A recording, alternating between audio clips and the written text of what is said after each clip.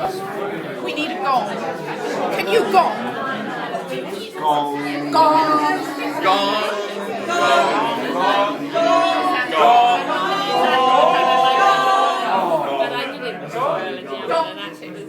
Especially gold.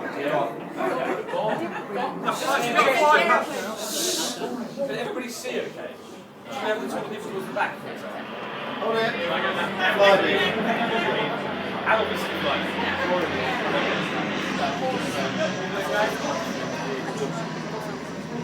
Gong. I can't see We good? Yeah. Yep. Good. Awesome. Okay. I can sit here. Of course you can. Good afternoon, everyone. Now, I should warn you that before we start, there's quite a few toasts in this speech, so pace yourselves, yeah? Okay. It's truly great to see so many familiar faces here. Those of Joe and Naoko hold dear, being here to help celebrate their love and their union together. Can everyone please raise their glasses and join me in toasting the bride and groom to Naoko? Cheers.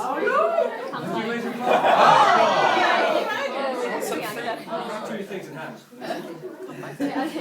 スクリーン見ながら。 Okay. Okay. Writing this speech, I had to make a presumption that having seen Naoko's wedding dress, knowing how naturally radiant she is, and having seen her Japanese wedding photos, that she would look stunning today. Something which I'm sure you all agree, and Naoko, you really do. For those of you who haven't fully had the opportunity to find this out, Naoko is a wonderful, beautiful, kind and good-hearted person.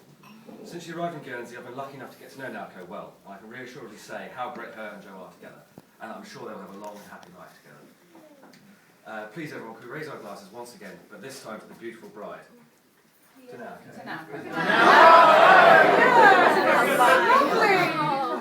Very lucky, Joe.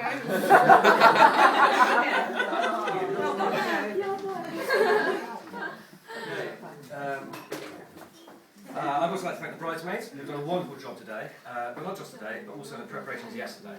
Absolutely. Absolutely, yeah. But if it wasn't for them, this is from the rehearsal yesterday, there was a real chance that Naoko would have had the wedding ring on the wrong hand. And if you think I'm joking, I'm really not. So as seems quickly becoming a trend in this speech, can we please raise our glasses to the beautiful and elegant bridesmaids for all their efforts.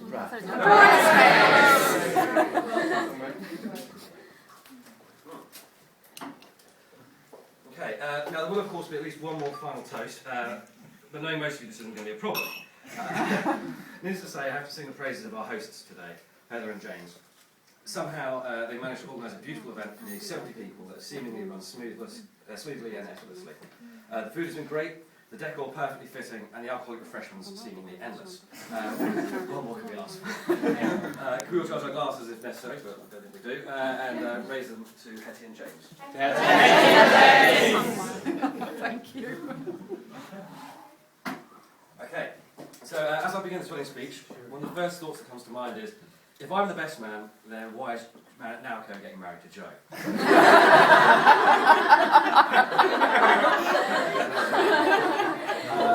I guess ultimately it's because today I'm just an average man and Joe is the best man.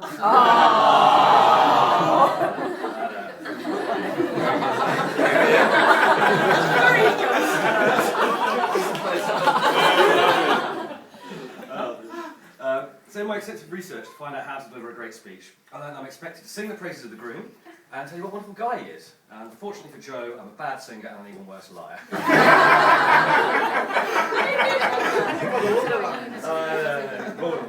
But seriously, I've been racking my brains for a while now, and I have to admit, perhaps this is a failing as best man.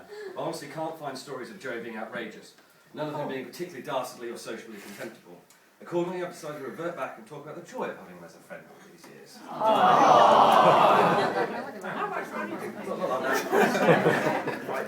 So I shall start from the beginning, the very beginning.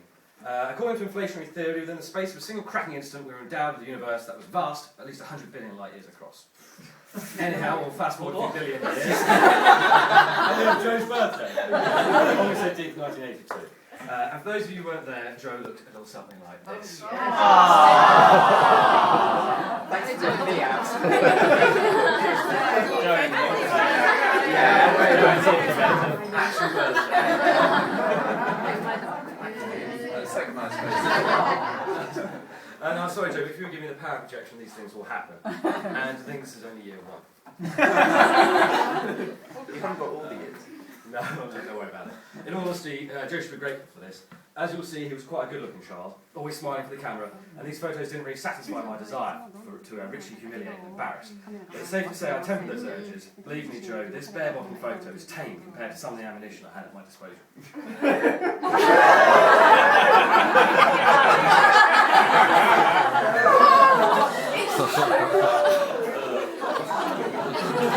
I've never seen that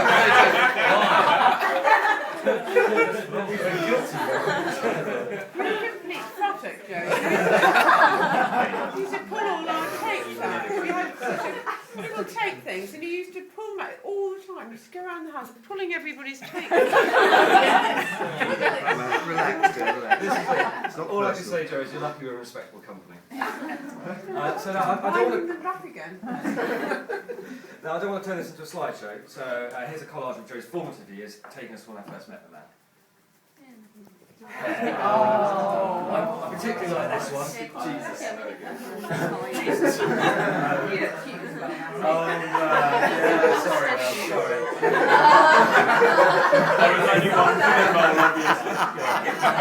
Nice haircut. Please note we end at the grammar school there, yeah. Right. So I met Joe back in 1998. I met Joe back in 1998 when we were both the tender age of 16. With surprising clarity, I can recall the first time we spoke.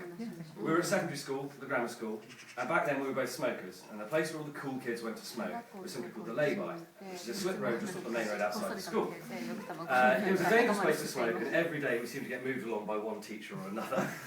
And I was with a group of friends, and Joe sauntered over, hands in his pockets, and simply said, "All right, guys, anyone got a light?" And the rest is history. Seriously, while the relationship over time may have cost me more lighters than I can possibly recall, it's proved rewarding beyond measure. Joe's proved not only a great friend, but a good man, in the truest sense of the word. I feel I should that's one of the experiences, but I feel I should point out that looking through all the old photos scattered around the family, for which I'd like to give special thanks to Heather, Jill and Kate, that the temptation was too great not to include a few choice photos of other family members who may have got caught in the crossfire, so to speak. Oh dear. I know. Now the following years seem like a bit of a blur, but thankfully we have cameras to act as aid memoirs. Oh yes, straight to the next one.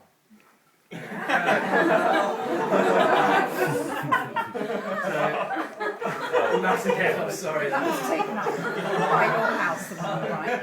In fact, I think they're both taken up by your house. Matt win? Yes, of course it is. He looks exactly the same. That was in Scotland. Yes, it was. So as you will see, the years saw an unusual turnaround.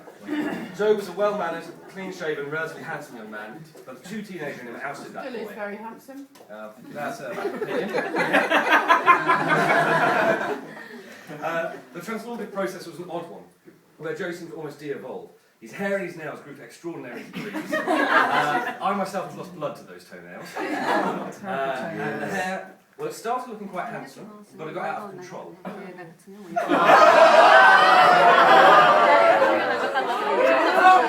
Joe, look at Yeah, that's me. I was a crossfire as well. Lots of the Mohicans, Joe. I love the Che Guevara one. Shake. It's really good, the Che Guevara. I remember this Che Guevara. As you can see, particularly from this photo here. Come on, play it again. So, as you can see, particularly from this photo Take here, up teaching, Stuart. Joe's hair was long known as the animal that took over, and we had strong suspicions of an alien life form controlling our friend. In Joe's defence, it seems to have been a family trait.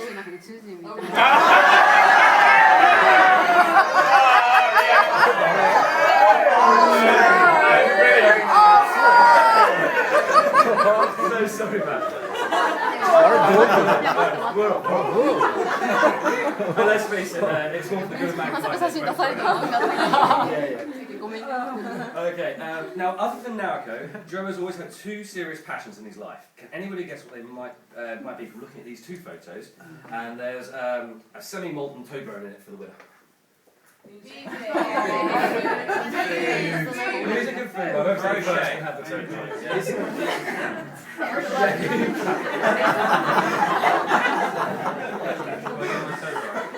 Joe, you're looking very happy in the bottom photo. That's just after I arrived in Japan. And you found you had a fridge. Yeah, exactly. I took that fridge right then. Yeah. Sorry? Yeah, well, no, I just got a fridge. Oh dear. But yes, it's music and food. The untold hours Joe has spent satisfying his passions cannot be quantified. Joe may well be a talented, hard-working musician who can strum with the finest, but he truly excels and always has his ability to fatten up and prepare for hibernation.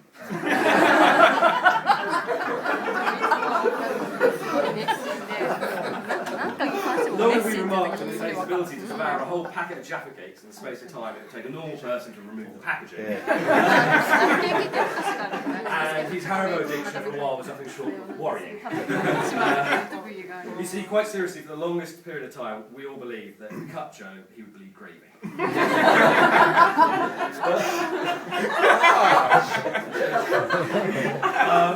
But over the years, this behaviour has rightly earned Joe titles such as El Fatso and Chubster.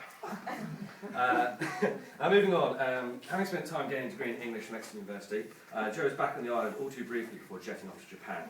As you can no doubt relate, having a friend and a loved one leaving to travel so far afield can be a very unsettling event. However, like any first-rate opportunists, Hamish and I followed him there to visit. Hey!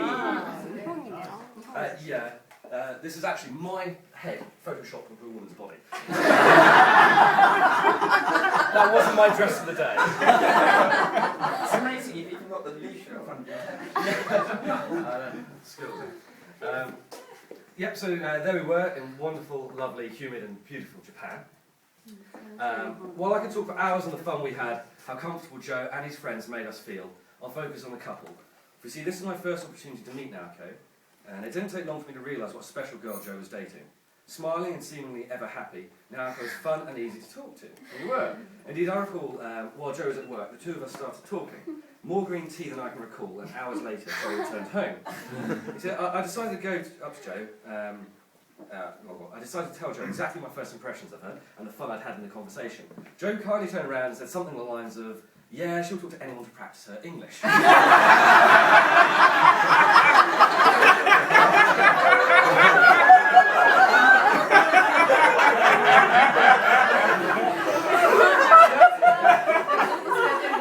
Thanks, Joe.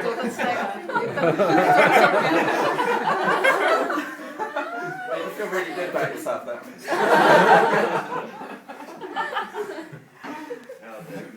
Now, having witnessed firsthand their relationship in Japan and the fun and happiness that existed between them, I was so glad when I heard that not only Joe was returning to the island, but his relationship with Naoko had clearly turned into one of true love as they were to wed, and both were to return to our windy shores. Actually, I feel it only right I make a confession here. You see, for those of you who don't know me, I have a tendency to allow time to pass, and I'm generally very laid back to time constraints and keeping appointments. My friends would refer to it as stew time. Like I finished the speech half an hour ago. Anyhow, those closest to me will hopefully have seen a change in this attitude. It would likely have coincided with a wake-up call I received about 2 years ago. You see, it was about 5 in the morning after a night in town, and for some unknown reason, and quite possibly the umpteenth large whiskey I'd had, I decided to tackle my 1,000 or so unread messages in my inbox. An hour later, I stumbled upon an email from Joe. The message explained that he was intending to propose to Naoko. Great news, I thought. However, the message continued. It said in his words, "The reason I'm telling you this is I want you to come over and be my best man, and I need to fit the date to you and when you take holiday and stuff. It would mean a lot if you could make it. Love, Joe." In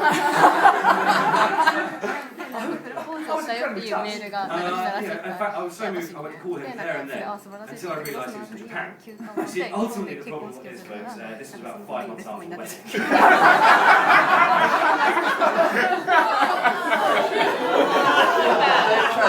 Facebook messages. So you're right about that. Joe, all I can do is promise that I will not allow this to happen at your next wedding. But let's face it, 3's getting a little greedy. Okay, now earlier I warned people that there may be some accidental crossfire in the photos.